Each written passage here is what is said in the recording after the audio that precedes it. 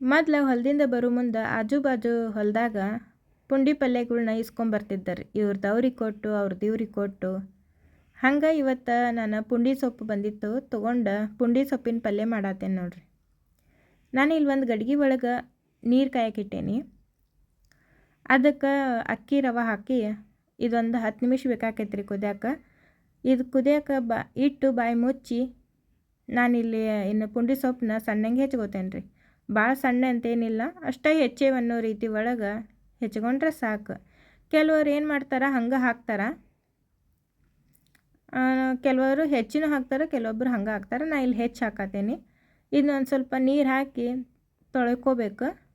ಅಷ್ಟೊತ್ತಿಗೆ ಇದು ಅಕ್ಕಿ ರವೆ ಕುದ್ದೈತನ ನೋಡಿದೆ, ಕುದ್ದೈತಿ. ಇನ್ನು ಡೈರೆಕ್ಟಾಗಿ ತೊಳೆದು ಅಲ್ಲೇ ಹಾಕಿಬಿಡ್ತೇನೆ ರೀ. ಇದನ್ನ ಪುಂಡಿ ಸೊಪ್ಪನ್ನ ಈಗ ಹಿಂಗೆ ಗಟ್ಟಿಂಗೆ ಹಿಂಡ್ಕೊಂಡು ಹಾಕ್ತೇನೆ ರೀ. ಯಾಕಂದ್ರೆ ಮೊದ್ಲೇಕ ನೀರು ಹಾಕೇನೆ ಅದ್ರೊಳಗೆ, ಅಷ್ಟು ನೀರು ಸಾಕಾಕೈತಿ ಇದು ಆಗಾಕ. ಒಂದು ಸಲ ನೀವು ಪುಂಡಿ ಸೊಪ್ಪು ರೊಟ್ಟಿ ಮಾಡ್ಕೊಂಡು ತಿಂದು ನೋಡ್ರಿ, ಚಲೋ ಹತ್ತೈತಿ. ಈಗ ಒಂದು ಸ್ವಲ್ಪ ಮುಗುಚಿ ಈಗ ಒಂದೆರಡು ಶೇಂಗಾ ಹಾಕೇನಿ ರೀ. ಸ್ವಲ್ಪ ಅವು ಹಂಗೆ ಕೈ ಆಡ್ಸ್ಕೊತ ಇರ್ಬೇಕ್ರಿ. ಇದನ್ನ ಆದಂಗೆ ಆಗೈತ್ರಿ ಇದು 90%.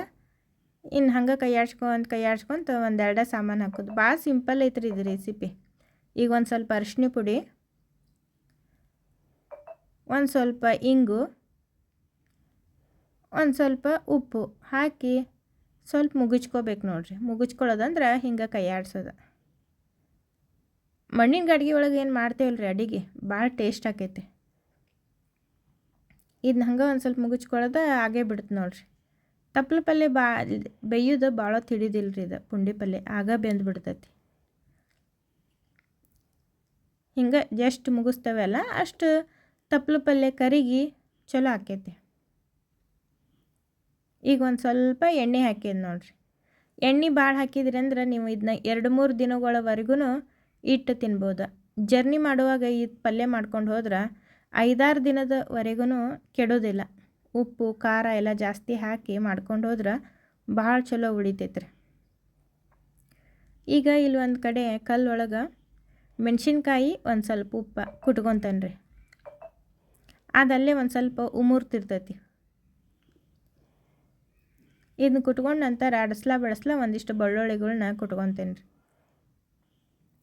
ಈಗ ಇದನ್ನೇನು ಒಗ್ಗರಣೆ ಹಾಕೋ ಅವಶ್ಯಕತೆ ಇಲ್ಲ. ಇದು ಕುಟ್ಟಿರುವಂಥ ಬೆಳ್ಳುಳ್ಳಿ, ಉಪ್ಪು, ಖಾರ ಇದಕ್ಕೆ ಹಾಕ್ತೇನೆ.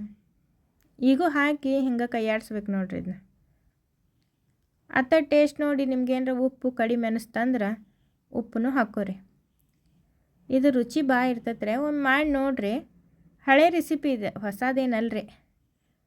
ಭಾಳ ಚಲೋ ಆಕೈತಿ. ಒಂದು ಸಲ ಮಾಡಿ ತಿಂದು ನೋಡಿ ಕಮೆಂಟ್ ಮಾಡಿ ಹೇಳ್ರಿ ಹೆಂಗಿರ್ತೈತಂತ. ಇನ್ನು ನಿಮ್ಗೆ ಯಾವ ರೀತಿಯಾಗಿರುವ ಪಲ್ಯಗಳು ಬೇಕು ಅಂಥೇಳಿ ನನಗೆ ಕಮೆಂಟ್ ಮಾಡಿರಿ. ನಾನು ಆ ರೀತಿ ಮಾಡಿ ತೋರ್ಸೋಕೆ ನಿಮ್ಗೆ ಪ್ರಯತ್ನ ಮಾಡ್ತೀನಿ.